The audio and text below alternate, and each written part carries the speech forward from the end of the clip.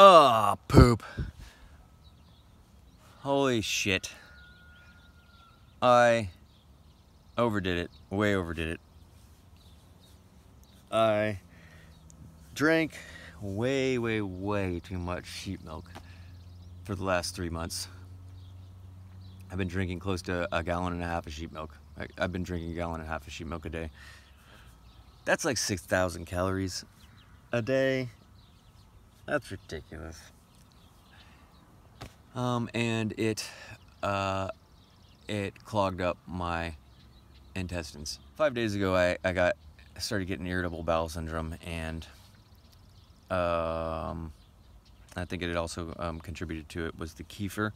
Half of the milk that I was drinking was in kefir form, and that's undoubtedly asking for a beneficial microbial overload that helped to permeate my gut and start to give me irritability in my bowels, because the microbes in the kefir and in the milk that were penetrating they were pushing out and penetrating my colon lining, is that they have developed a autoimmune relationship with my body, because they were trying to penetrate it and get into the bloodstream, and so I have and so it causes autoimmune issues, allergies, and so I am going to forego drinking sheep milk. I already threw away my kefir grains to my friend's chickens, and I am going to go a month without drinking my sheep milk and just consuming things that help to reestablish the lining on my intestines, so that it has a thick enough lining that then when I start to reintroduce the milk isn't going to stand any chance of starting to get through the wall and kick off inflammation and autoimmune reactions. Yeah, and so for a whole month, oh my gosh, I didn't know what I was going to do for a whole month of not drinking sheep milk, because I'm literally addicted to it, and it's literally like the base of my food. So it's like, oh, where am I going to get my calories now? I don't want to get it from grain, and meat is an option that I have been looking into. Having like a raw carnivore based diet is what I've been interested in checking out, because it's a pretty awesome movement that's been happening with that, and it's been helping people get rid of their irritable bowel symptoms that are usually caused by consuming too much grain and or too much plant fiber.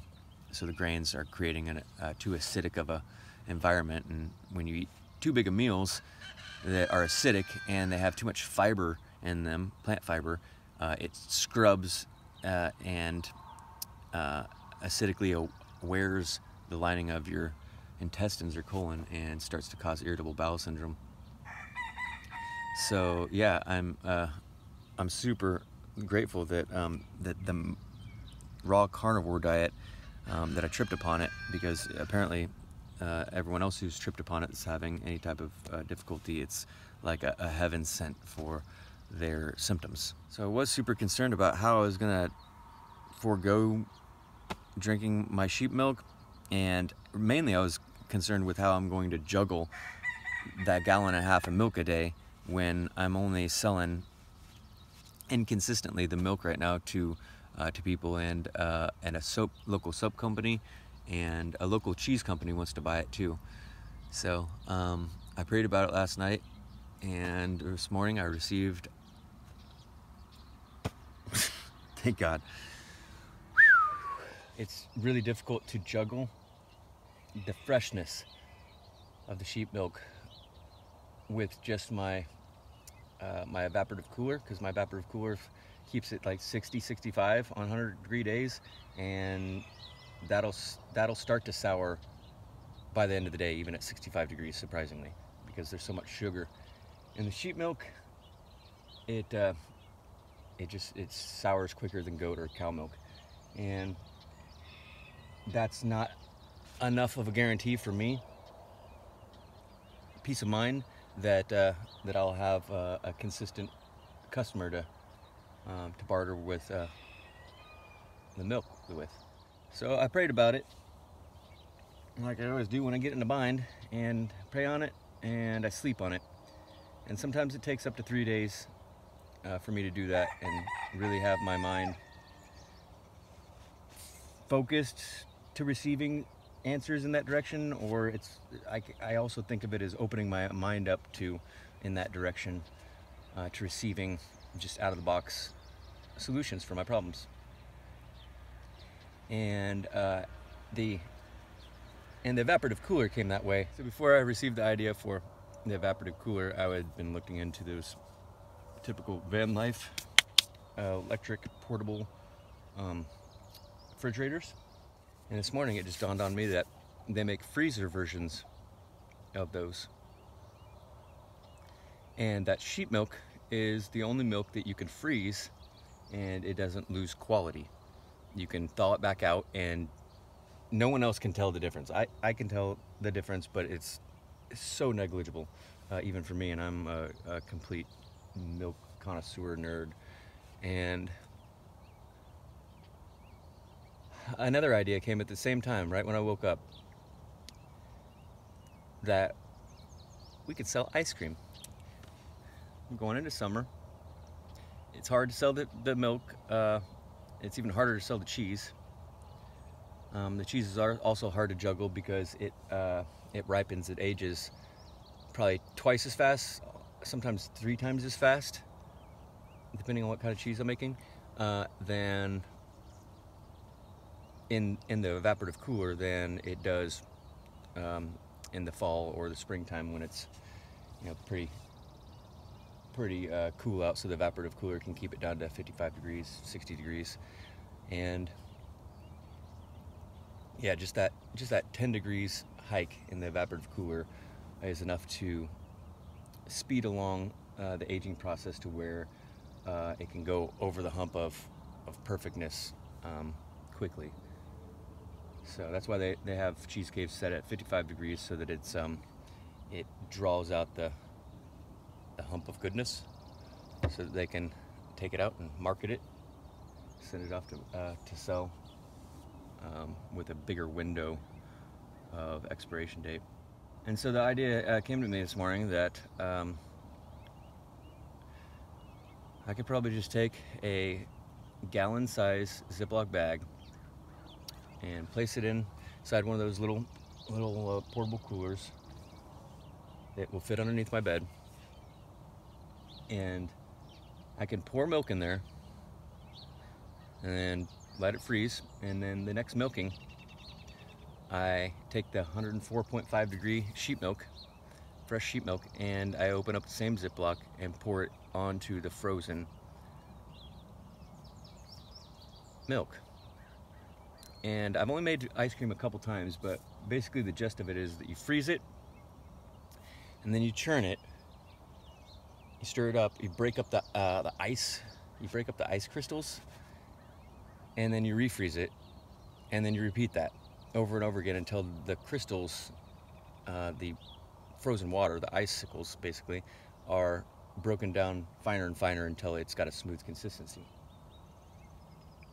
So number one, sheep milk makes ice cream way quicker. You don't have to do that so many times because it's got a lower water content and a higher butterfat content. It's already got sugars in it. And I saw that it might be possible for me to just take that Ziploc bag out while I'm milking. Usually what I do is I have my little bottle that I'm milking to, and then I have my larger jar next to me, and when this one starts to get full, I pour it into the larger jar. I should be able to take that Ziploc bag out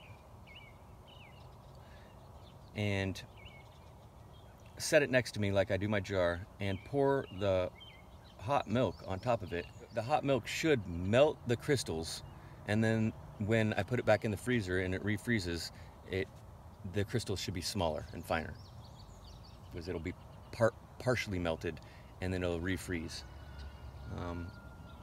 And if I do that every 8 hours, because I'm milking 3 times a day, then it seems like it'll be a very easy, sustainable way, convenient way for me to convert my sheep's milk into the most valuable byproduct that I could barter with, especially in the summertime. Even in the wintertime, that's going to be a better commodity for me to barter with than the milk or the cheese. And it's going to keep better. I won't have to worry about it dropping off in taste or in value or anything, because sheep milk is the only milk that you can freeze, and for a whole year you can keep it frozen before it starts degrading in its quality once you thaw it out. The cow milk and goat milk, if you freeze it and then you try to thaw it out and make cheese with it, it doesn't work. It messes up. It curdles weird. So sheep milk, you can thaw it out and you can make cheese just like you do when it's fresh. The soap company that I've been selling my milk to, and the local cheese company that wants to start buying my sheep milk, they both buy frozen sheep milk from the coast, from Bandon, like 300 miles away.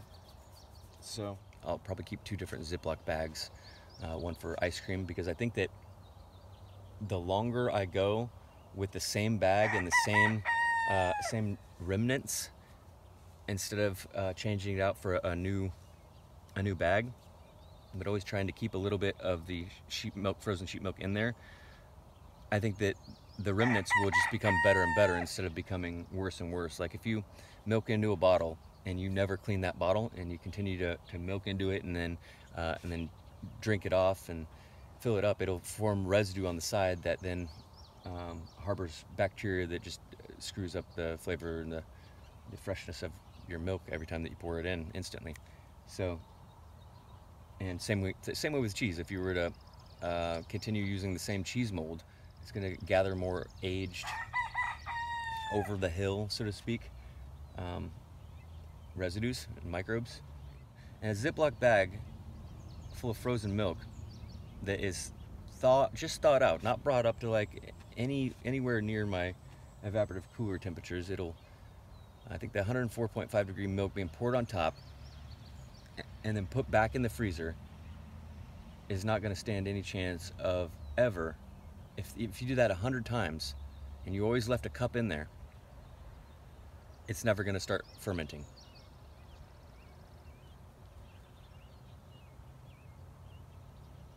Super interested. And I think what I'm going to also try to do to help that along is add enough of a local honey producer's honey to it that it'll be the same principle as when people make jam. They add enough sugar that it actually inhibits microbial growth. Microbes like sugar, but if you give them too much sugar, then it actually kills them. So if I put enough honey in the Ziploc bag and keep adding honey to it to keep it at a certain level of sweetness, then that'll help that along. It'll also help the smooth consistency, and it'll also help the marketability. It'll be sweet.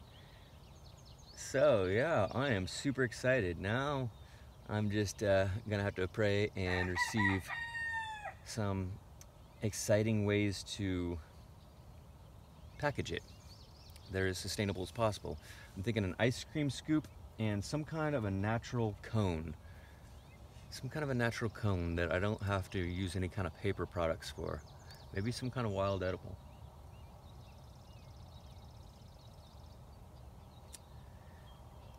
I'll be able to add herbs, make like super interesting ice creams, like mugwort ice cream. That sounds cool. I got my little herb grinder. I'll be able to grind up herbs, make some rosemary batches. Man, this is gonna be super interesting. Because those microbes were beneficial, but they were technically foreign. I mean, kefir grains are, I think, a combination of like 27 different microbes and yeasts that are working symbiotically together in the little kefir matrix, kefir grains. And it's undoubtedly a foreign set of microbes. They're from Mongolia originally, Whereas one of the greatest treatments for irritable bowel syndrome is consuming sauerkraut that is naturally fermented from your area, so that the microbes and the yeast that are in the air naturally inhabit your sauerkraut. The beneficial microbes that are around us right now are most beneficial to us. The beneficial microbes that are over in Mongolia are mostly beneficial to those people. And so I was overdoing way too much kefir, and it caused me to have irritable bowel syndrome starting like 5 days ago. I had to fast for a couple days and kick the discomfort out, and now I am foregoing sheep milk for, I'm gonna give it a month. I'm gonna give it a whole month, and I'm going to get one of these consumer electric coolers, electric freezers, and a solar panel, a bigger solar panel, and I'm gonna start selling sheep milk. I'm gonna get a little bell for my ram, big bell. I'm gonna get a big bell for my ram, and it's gonna be just like when I was 21, I think it was, for like 3 years. I was a ice cream man, and it was one of the best jobs I've ever had. I loved it. It didn't make enough money, and it was actually really stressful because some days you wouldn't make any, and then you go a couple days with not making any, and then you're like, I really need to have this assurance of money. It's not like a typical job. It's more like a sales job where you're paid based on how much you sell, and it's not always dependable. So this is going to be way more fun. It's going to be way healthier, because that's the other thing, is I always felt really bad about selling everyone this shit ice cream sugar. And I actually was this close to buying and back then I was actually this close to buying, oh, what was it? It's like this new boxy Scions that they just came out, and I was like, you know what, that's, for some reason, that vehicle, if it was in white and it had like some ice cream lights on it and ice cream stickers on the side, it would look like a really cool futuristic ice cream truck. And I actually planned on buying it. I was looking into financing it and everything, getting the freezer inside, and the smoothie machine. I was really interested in having like not only healthy ice cream, but serving smoothies through that ice cream truck. Last night I ran across on Craigslist, I was looking into manual crank wheatgrass juicers, because that's also one of the best things that you can do to heal your gut, is drink wheatgrass juice or any plant juice. The fiber can irritate irritable bowel syndrome, and oftentimes causes it when you eat too much. So, and I think that's was partly my problem, is that for the first 2 months of me drinking, the first 2 of the 3 months that I have been drinking close to 1.5 gallons of sheep milk, that screwed me up. I think that having all the plants in my diet at the same time that were combined with my milk solids poop, it was creating much larger pellets, clumps that were abrasive to the lining of my intestines and colon, and so the juices that I'm going to buy this manual wheatgrass juicer, which I've had a number of these in the past that were made out of plastic, and I really liked them, but they have a threshold for strength, because they're made out of plastic, for you to feed through to fibers of plants, of wild edibles. I was juicing wild edibles with them and creating like the most healthy bitter tonics that you could just gulp down, and you could feel it, feel that the health kick and the bitter kick, because chlorophyll itself and bitter alkaloids in plant material are anti-parasitic. So you could feel it. You could feel it stir up your system if you had been eating too much processed food and had too much of a parasite load. We all have parasites in us, by the way. On average, humans have 7 parasites they found. scientists have found, or some scientists have found. And if you've ever had sushi, then on average those people have 52 parasites in their digestive system or in their blood, circulatory system. It's not necessarily like worms that you can see, like tapeworms or anything like that. A lot of worms and parasites are microscopic. So yeah, on average we have 7 parasites in our body, and so the juices will also help keep that in check. I'll be excited about that, being able to sell raw wild edible juices to people. And of course this will all be for their dogs. It won't be for human consumption. So for the record, I'm gonna have a sign on the roadside side of my wagon above my face-to-face look sticker, and it's gonna say real big, the whole length of the top from here to here, it's gonna say sheep ice cream.